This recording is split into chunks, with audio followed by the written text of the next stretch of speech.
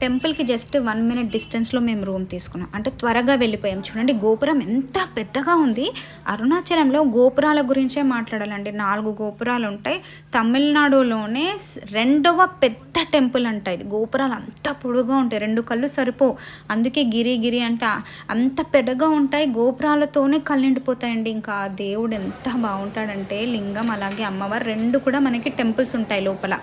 అగ్ని రూపం అంట ఇక్కడ. అంత పవర్ఫుల్ దేవుడు, ఏది మొక్కుకున్నా అవుతుంది. అండ్ అరుణాచలం ఎవ్వరు కూడా అనుకున్న వెంటనే వెళ్ళలేరు. మీరు ఎంతైనా ట్రై చేయండి, దేవుడు మనల్ని పిలిస్తేనే వెళ్తారు. ఇంత పెద్ద టెంపుల్ చూడడానికి నార్మల్ డేస్ బెస్ట్ అని నాకు అనిపిస్తుంది. పౌర్ణమి రోజు చాలా పవర్ఫుల్ అంట. చాలామంది వెళ్తారు గిరి ప్రదక్షిణ చేయడానికి. చాలా చాలా మంచి రోజు.